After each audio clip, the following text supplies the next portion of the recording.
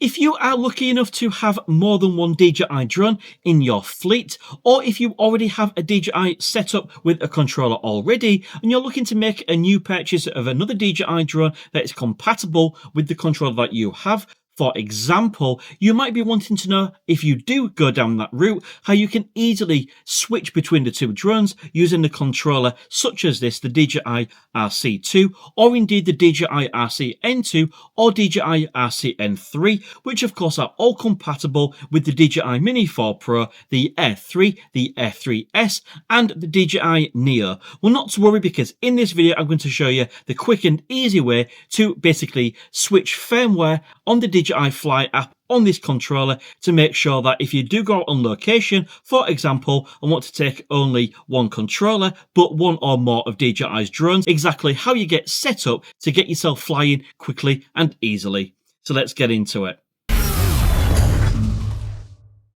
So the reason for this video is quite simply because I see so many times on social media people asking this question, and I've answered it so many times on my channel comments to generally unrelated videos, as if you do have, for example, the DJI Mini 4 Pro and you want to get yourself the DJI Neo, but of course you already have the DJI RC2 controller, how do you quickly switch between the two to be able to control both drones or on location, for example? Now, of course, you cannot fly both drones at the same time. It doesn't work like that, but of course what you can do is connect to them individually to make sure that you're just utilizing the one controller. And like I say, in this video I'm going to show you the quick and easy way how to do it. So without further ado, let's get into it, and you can see just how easy it really is. So I've already got my DJI RC2 controller turned on and my DJI Mini 4 Pro, because these are the ones that I was actually running last, so they are already paired and nicely connected. If I hit go fly, as you can see, we're going to get the camera feed from the DJI Mini 4 Pro. But what if I now want to switch that over to the DJI Neo? Well, let me show you exactly how you do it. So we're going to go ahead and click back, which is going to take us back to our home screen. I'm then going to turn off our DJI Mini 4 Pro. And after a few seconds of it recognizing that the Mini 4 Pro has been switched off, it's going to change screen back to our home screen. And as you can see, it has done exactly that. What we're now going to do is go ahead and hit Connection Guide, where it is going to show us all of the drones that this controller is actually compatible with. So as of course you can see, the DJI Mini 4 Pro, we've got the DJI Air 3S, the DJI Neo, and of course the DJI Air 3. Now we want to connect it to our DJI Neo, and this is a situation a lot of you are going to find yourselves in. So what we're going to do is just go ahead and hit DJI Neo.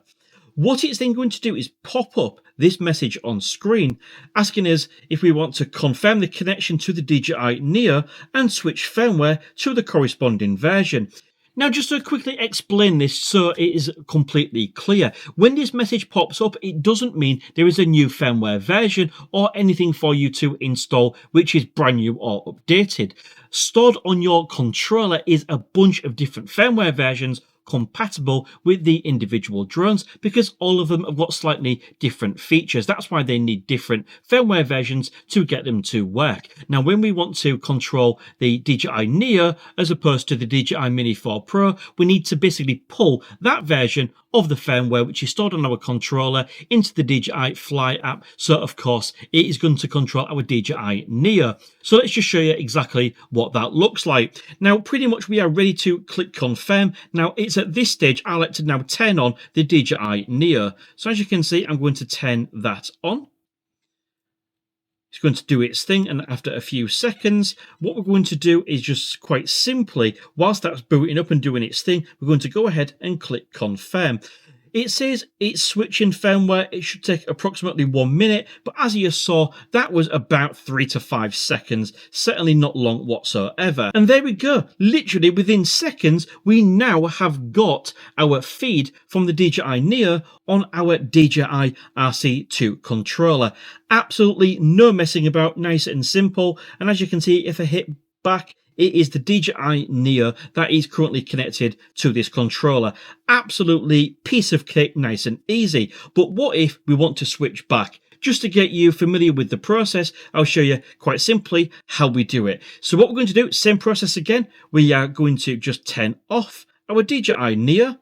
After a few seconds, that'll return to its main connection screen, which is what we're hoping. It won't take too long.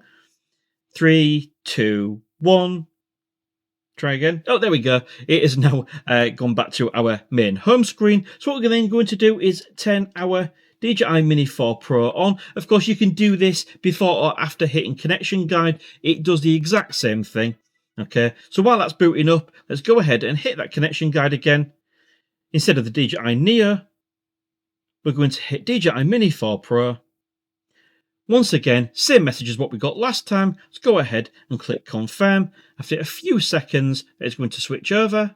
As you can see, it's automatically entered my camera view because that's a setting I've got turned on my controller, and it is giving us the feed from the DJI Mini 4 Pro. So there we go. If you have the DJI Neo, the Mini 4 Pro, or of course the Air 3 or the Air 3S, and want to share one controller, that is how you simply, efficiently, and easily switch between the firmware versions and how you switch controls between these two drones to utilize one controller on location, or if you just don't want to buy another controller because you already have one. Now, yet there are many of you that will say that you already knew this. That's absolutely brilliant. And of course, it's nothing new. It is detailed in the user manual, but there are many people out there that just learn that little bit easier by being shown exactly how to do it, such as a video like this. So that's why I made this video, just for those of you that prefer to learn that way. And if you didn't already know how to do this, of course, now you do.